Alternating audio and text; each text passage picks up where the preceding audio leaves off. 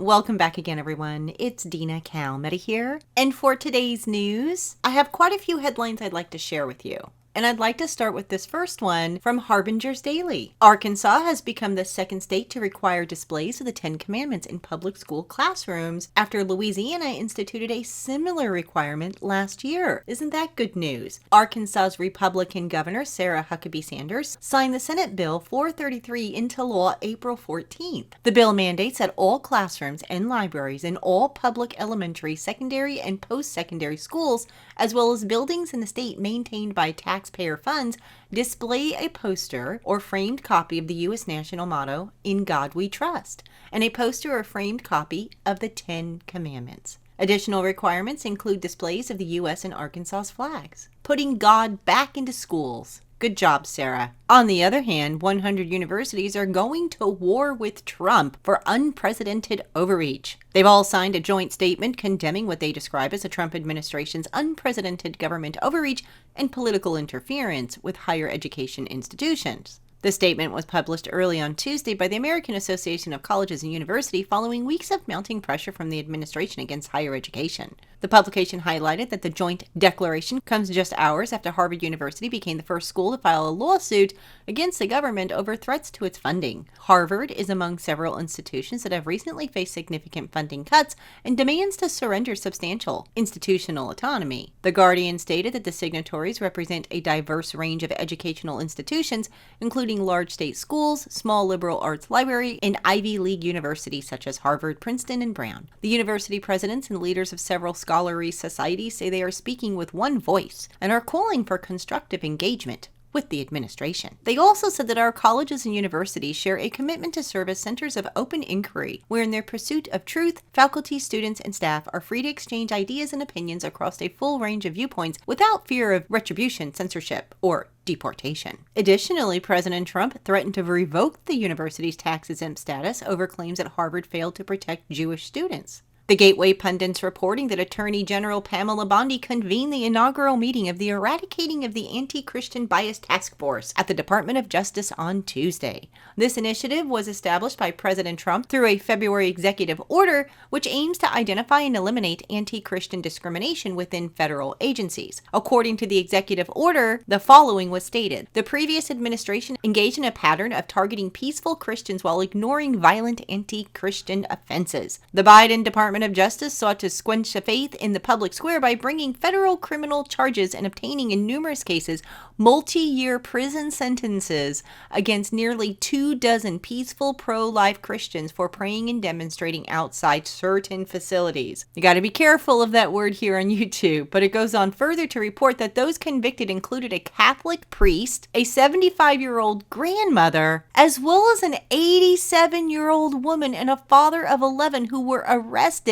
18 months after praying and singing hymns outside this particular facility as part of a politically motivated prosecution campaign by the Biden administration. President Trump says that I rectified this injustice on January 23, 2025 by issuing pardons in these cases. At the same time, Catholic churches, charities, and pro-life centers sought justice for violence, theft, and arson perpetrated against them, which the Biden Department of Justice largely ignored. After more than 100 attacks, the U.S. House of Representatives passed a resolution condemning this and calling on the Biden administration to enforce the law. Then in 2023, an FBI memorandum asserted that radical traditionalist Catholics were domestic threats and suggested infiltrating the Catholic churches as a threat mitigation. This later retracted FBI memorandum cited as support evidence propaganda from highly partisan sources. That's pretty messed up that this happened in America, you guys. How does this even happen? And you know what? We didn't even hear much about it on the news. I never heard about a Catholic priest being arrested or an 87-year-old woman and a father of 11.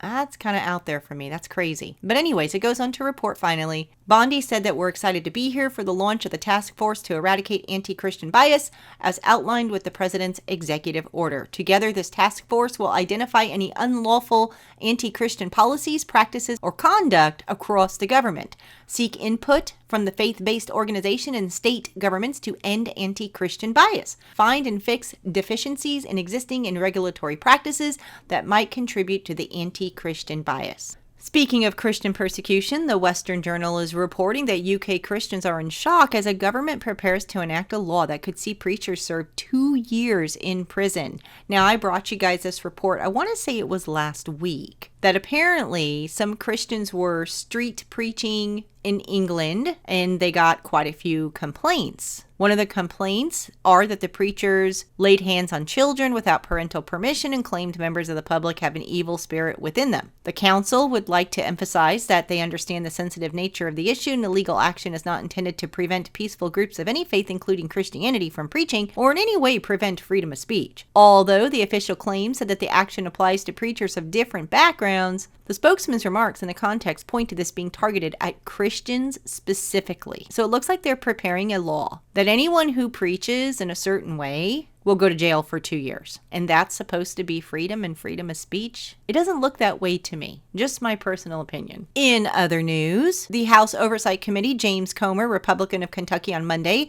sent a resubmitted criminal referral to Attorney General Pam Bondi, demanding the Department of Justice pursue charges against former New York Governor Andrew Cuomo for lying under oath during the pandemic-era investigations. According to the letter, on October 30th, 2024, the Select Subcommittee on the Pandemic referred former Governor of the state of New York, Andrew Cuomo, for making criminally false statements in violation of 18 U.S.C. 1001.1. To our knowledge, the Biden administration ignored this referral despite clear facts and evidence. Accordingly, we request you review the referral and take appropriate action. The criminal referral centers on Cuomo's claim that he played no role in drafting a now infamous New York State Department of Health report that cleared his administration of wrongdoing over its deadly nursing home policy. The New York Post is reporting that a federal judge on Tuesday ordered U.S. President Trump's administration to halt its efforts to shut down government-funded radio broadcasts of Voice of America, Radio Free Asia, and Middle East broadcasting networks. The U.S. District Judge Royce Lamberth, who is overseeing 6 lawsuits from employees and contractors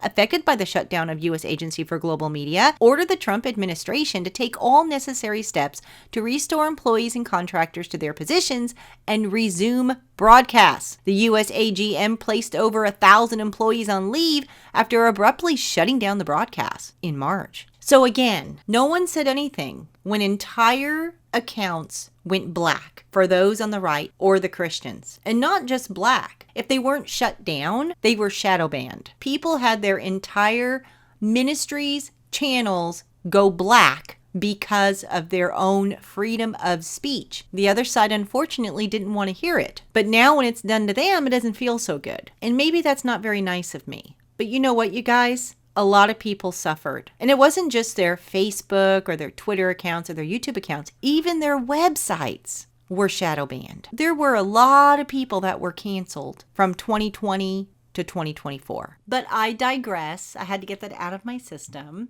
Fox News is reporting that Director of National Intelligence Tulsi Gabbard referred 2 intelligence community professionals to the Department of Justice for criminal prosecution on Wednesday over alleged leaks of classified information. An ODNI official told Fox News Digital that the intelligence community professionals allegedly leaked classified information to the Washington Post and the New York Times.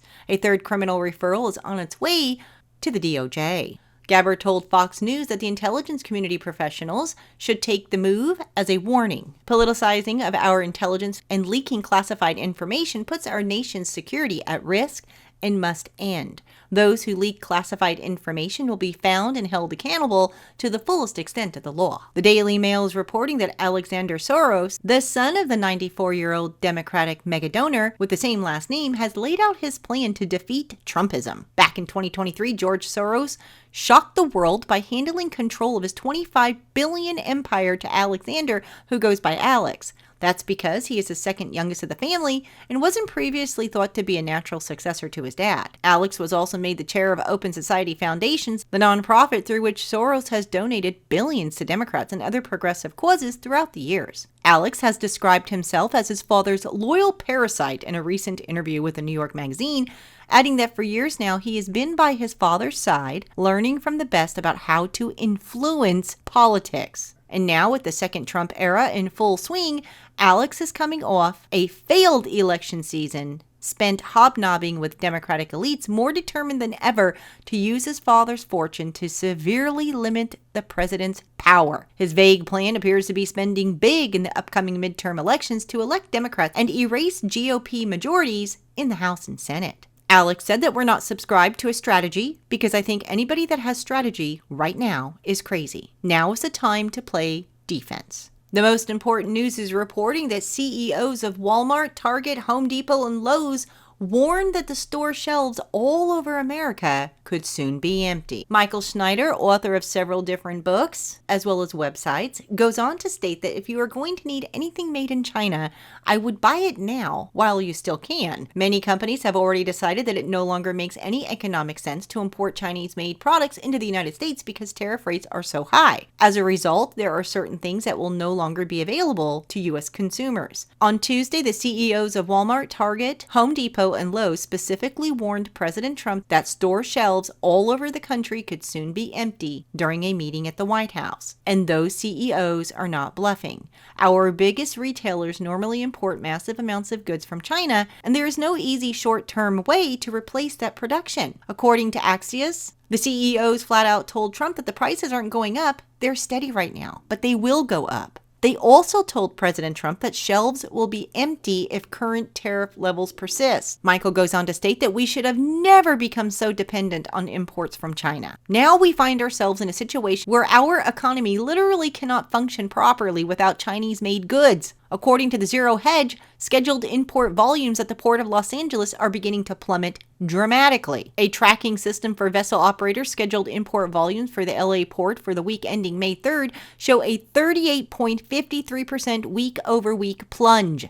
Year over year, the data shows a 9.79% decrease, and for the week ending May 10th, scheduled import volumes continued to slow with a year-over-year change that's down over 35%. But there is some good news. President Trump told the press that tariffs on Chinese imports will come down substantially and that we are going to have a fair deal with China. So I guess we're just going to have to wait to see what happens. But you know what this reminds me of? Of 2020, when we all went to the stores and we couldn't find toilet paper. Do you remember that? Not a good situation. But hopefully President Trump will be able to work with China so that our shelves are not empty again. Still in other news, 2 Swedish fighter jets under NATO command were scrambled on Thursday over the Baltic Sea to escort away a Russian reconnaissance plane that was approaching Polish airspace, marking at least the 3rd time in about a week that Russian aircraft have been intercepted in the region. The Swedish Air Force spokeswoman said that the plane was close to Polish airspace, so we went up to signal our presence, making a visual identification, and escorted it out of the area. Last week, I reported that the Russian Air Force was near our borders up there in Alaska, so they're definitely making their rounds. Speaking of Russia, Breitbart News is reporting that apparently the Ukrainian president, Zelensky, has rejected the peace deal framework reportedly proposed by the Trump administration of freezing the lines of the conflict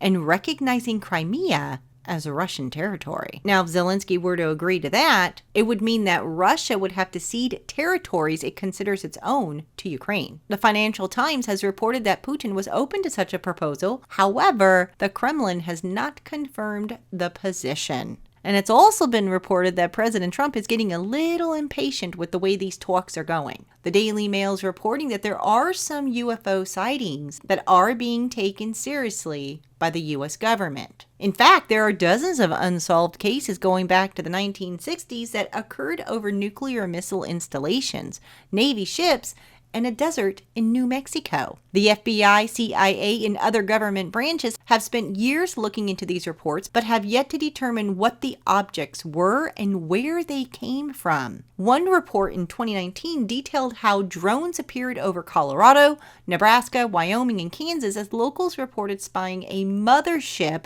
hanging in the sky. In just the last few months, the skies over New Jersey were filled with unidentified aircraft and drones that required a formal response from both the Biden and Trump presidencies. Now, as the current administration weighs declassifying many of these UFO-related incidents, there could soon be new information about some of the close key encounters the government has taken extremely serious over the years. One example is that a base was attacked for 17 days. Swarms of small UFOs were tracked at dusk above Joint Base Langley Eustis for at least 17 nights in December of 2023, you guys. Witnesses reported them moving at rapid speeds, displaying flashing red, green, and white lights, and sounding like a fleet of lawnmowers. These brazen penetrations over the base, home to at least half of Air Force's F-22 Raptor stealth fighter jets, led 2 weeks of emergency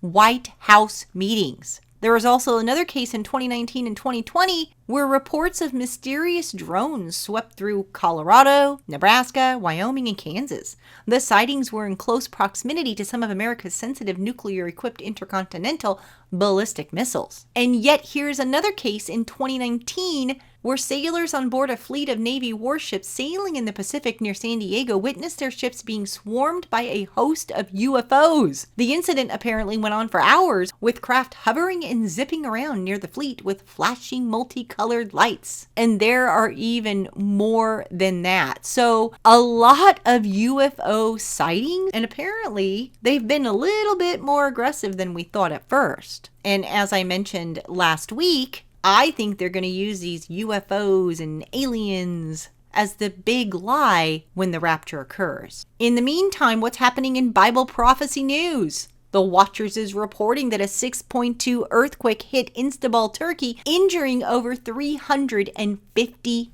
people. With that said, there were 51 aftershocks that followed the powerful 6.2 quake. The Watchers is also reporting a severe hailstorm that struck Georgetown and nearby areas in the Austin metropolitan region of Texas on the evening of April 22nd. The storm produced hailstones measuring 1.5 to 3 inches in diameter, causing significant property damage and widespread power outages. Very interesting report here about these tennis ball size hail. During the tribulation, the hail that will fall out of the sky will literally weigh around 75 pounds. Can you imagine a rock falling out of the sky, several rocks all at the same time, that weigh 75 pounds? So again, I think that these events that we're seeing right now are precursors to the tribulation period. In the meantime, a strong explosive eruption took place at the Benzimiani volcano in Russia just yesterday, sending an ash plume of 36,000 feet above sea level. As a result, the aviation color code was raised to red. A teen was arrested for arson in the Jones Road fire that could grow to be the largest fire in New Jersey in 20 years. 19-year-old Joseph King has been charged with aggravated arson and arson in connection with the fire. Investigators accused King of starting a bonfire with wooden pellets and then leaving the area without fully extinguishing the flames. Police say he was taken into custody on Wednesday and is in the Ocean County Jail awaiting a detention hearing. As of early Thursday morning, the fire was 50% contained, according to New Jersey Forest Fire Service. They're saying that this fire that started on Tuesday could grow to be the largest fire in New Jersey in 20 years. It goes on finally to report that as many as 5,000 people were forced to evacuate their neighborhoods Tuesday night as the fire raced towards homes in Ocean County and shut down parts of the Garden State Parkway. And finally, driverless trucks are rolling in Texas, ushering in a new era. Drivers along a 200-mile stretch of I-45 between Dallas and Houston should get ready for something new. The semi-truck in the next lane might not have anyone in the driver's seat. The first autonomous truck is expected to roll down I-45 in the coming days, although Aurora officials declined to share any details. The company has said it will begin slowly with one truck and will gradually expand the fleet over time. So there you have it, you guys. The driverless cars are definitely a trip. I've seen videos of that where the car just kind of drives itself down the street. It can sense pedestrians, street lights. And you know what? I wouldn't want to be next to either one of those cars. But a semi-truck with no driver? I don't know about that, you guys. I'm not ready for that. But tell me what you think in the comments. Would love to get your thoughts. With that said, those are your headlines for today. Please do come and visit us on our social media pages and on our website at www www.cww7news.com. All right, everyone, thank you so much for watching. Have a wonderful day, and I will see you soon. God bless and stay safe.